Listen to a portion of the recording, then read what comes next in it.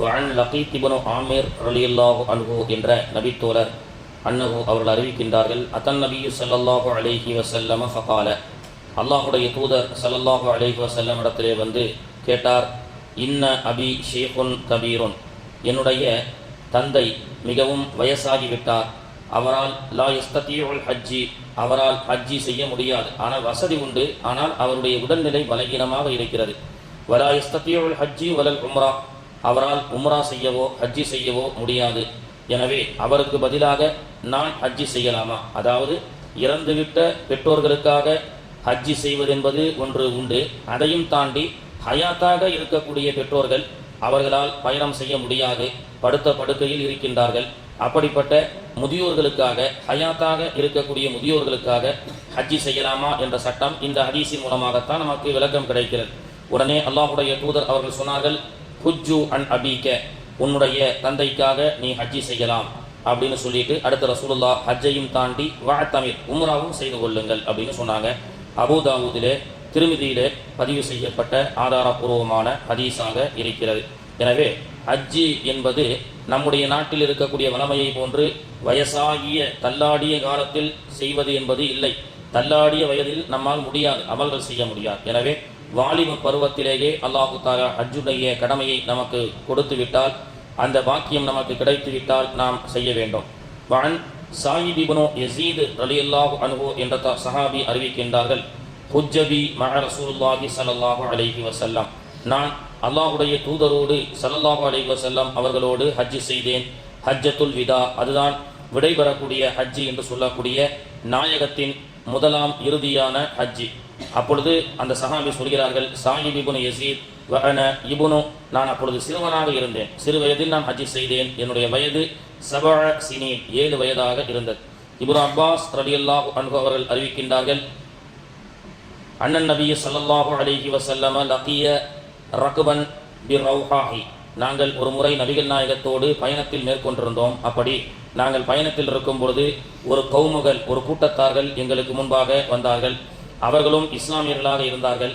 அவர்கள் அல்லாஹுடைய தூதரிடத்தில் அந்த கூட்டத்தில் இருக்கக்கூடிய ஒரு பெண்மணி, ஃபரஃபஅது இம்ரஅத்துன், ஒரு பெண்மணி தன்னுடைய சபியன், தன்னுடைய ஒரு குழந்தையை மேலே தூக்கி காண்பித்து, ஒரு கை குழந்தையை அல்லாஹுடைய தூதரிடத்திலே தூக்கி காண்பித்து, அலிஹாதா ஹஜ்ஜு, இந்த குழந்தைக்கும் ஹஜ்ஜி உண்டா அப்படி என்று கேட்டார்கள். குழந்தைகளும் ஹஜ்ஜி செய்யலாமா? பெற்றோர்கள் செல்லக்கூடிய சூழலிலே குழந்தைகளை ஹஜ்ஜிக்கு அழைத்து செல்லலாமா என்று கேட்டார்கள். கால, அல்லாஹுடைய தூதர் அவர்கள், நஅம், ஆம், வலகி அஜ்ருன், அந்த குழந்தைக்கும் ஹஜ்ஜினுடைய சவாபு கிடைக்கும் என்றார்கள் அல்லாஹுடைய தூதர் ஸல்லல்லாஹு அலைஹி வஸல்லம். அப்படி சிறு வயதிலே செய்யக்கூடாது தான், பேரம் பேத்தியெல்லாம் கல்யாணம் முடிச்சுட்டு தான் ஹஜ்ஜிக்கு போகணுன்றது தவறான ஒரு கான்செப்ட். அல்லாஹு தஆலா நமக்கு வாலிப வயதிலேயே ஹஜ்ஜி செய்யக்கூடிய பாக்கியத்தை அல்லாஹ் கொடுத்தால் ஹஜ்ஜி செய்ய வேண்டும்.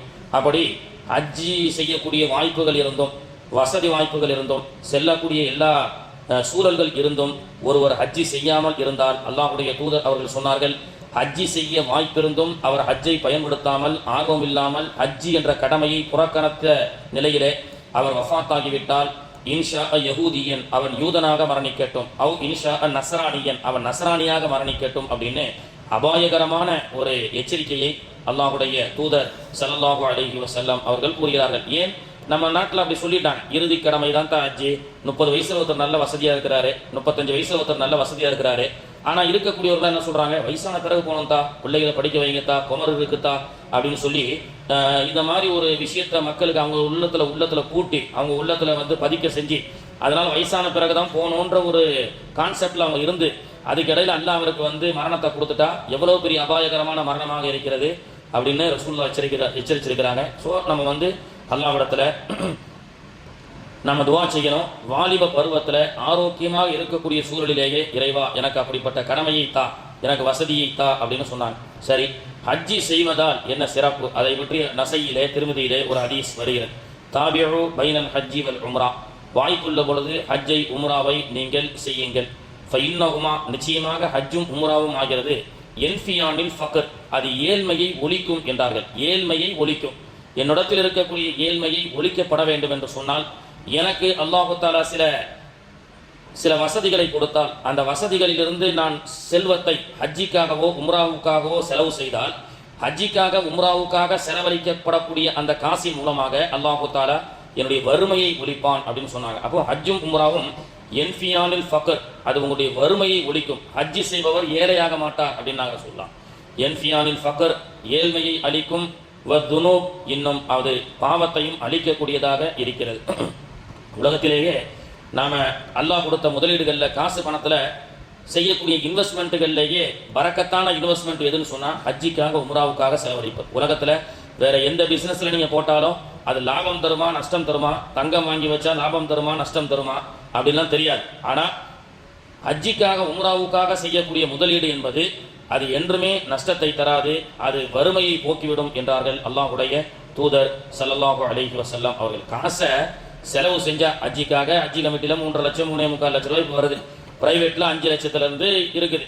இப்போ காசை எடுத்து நம்ம அக்கௌண்ட்லேருந்து ஒரு காசை எடுத்து நம்ம வியாபார முதலீட்டிலேருந்து ஒரு காசை எடுத்து செலவு பண்ணால் அது குறையிலாக செய்யும், அது எப்படிங்க லாபம் தரும்னு சொல்கிறோம். ஆனால் அல்லாஹ்வுடைய தூதர் அவர்கள் சொன்னாங்க, எடுத்து செலவு செய், ஹஜ்ஜிக்காக உம்ராவுக்காக என்ன செய்யுங்க, தியாகம் செய்யுங்கள். காசையும் தியாகம் செய்யணும்.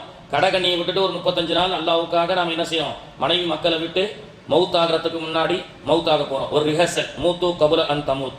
இப்படியாக நம்முடைய நேரத்தையும் காலத்தையும் காசையும் செலவு செய்வது என்பது அது பரக்கத்தாக்கி வைக்கும்னு சொன்னால் என்ன, காசு மட்டும் பரக்கத்தாகாது.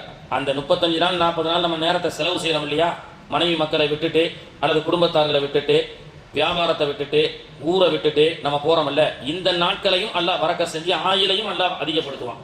அப்போ செலவு செய்யப்படக்கூடிய நாட்களும் அது பன்மடங்கு கொடுக்கப்படுகிறது, செலவு செய்யக்கூடிய காசும் அல்லாஹு தஆலா பன்மடங்கு பரக்கத்தாக்குவான் அப்படின்றது தான் இந்த ஹதீஸுடைய கருத்தாக இருக்கிறது. இன்னும் நிறைய சிறப்புகள் ஹஜ்ஜிக்காக உம்ராவுக்காக அல்லாஹ்வுடைய தூதர் அவர்கள் கூறிய பொன்மொழிகள் உண்டு. அடுத்தடுத்து இன்ஷா அல்லாஹ் நாம் பார்ப்போம். அல்லாஹு தஆலா அந்த ஹஜ்ஜுடைய உம்ராவுடைய பாக்கியத்தை கலந்து கொண்டிருக்கக்கூடிய அனைவருக்கும் அல்லாஹு தஆலா நசீபாக்கி தந்து அருள் புரிவானாக. அல்லாஹும் ரஸுக்னா ஹஜ்ஜ பைத்திக்கல் ஹராம், இறைவா எங்களுக்கு ஹஜ்ஜை நசீபாக்கி தருவாயாக. வர்சுக்னா ஜியாரத்தன் நபி ஸல்லல்லாஹு அலைஹி வஸல்லம், மதீனாவுக்கு சென்று அல்லாஹ்வுடைய தூதரை நாங்கள் சந்திக்கக்கூடிய ஜியாரத்துடைய பாக்கியத்தையும் தருவாயாக என்று அல்லாஹ்விடத்திலே துஆ செய்வோம். 42,500 ஹாஜிகளுடைய ஹஜ்ஜி இந்த ஆண்டு கேள்விக்குறியாக இருக்கின்ற ஒரு சூழலிலே நாம் அதிகமாக துஆ செய்வோம். அந்த ஹாஜிகளுக்கும் இந்த ஆண்டு அவர்கள் கண்ட கனவை அல்லாஹு தஆலா நினைவாக்கி இந்த ஆண்டு அவர்கள் ஹஜ்ஜிக்கு செல்லக்கூடிய பாக்கியத்தை அல்லாஹு தஆலா அவர்களுக்கும் தர வேண்டும். செல்லக்கூடிய ஹாஜிகள் அனைவரும் ஆரோக்கியத்தோடு சென்று ஆரோக்கியமாக அமல் செய்து ஆரோக்கியத்தோடு தாயகம் திரும்பக்கூடிய பாக்கியத்தையும் அல்லாஹு தஆலா தரணும். அடுத்தடுத்த ஆண்டுகளிலே அல்லாஹு தஆலா நமக்கும் தாமதப்படுத்தாமல் விரைவில் ஹஜ்ஜி என்ற கடமையை செய்ய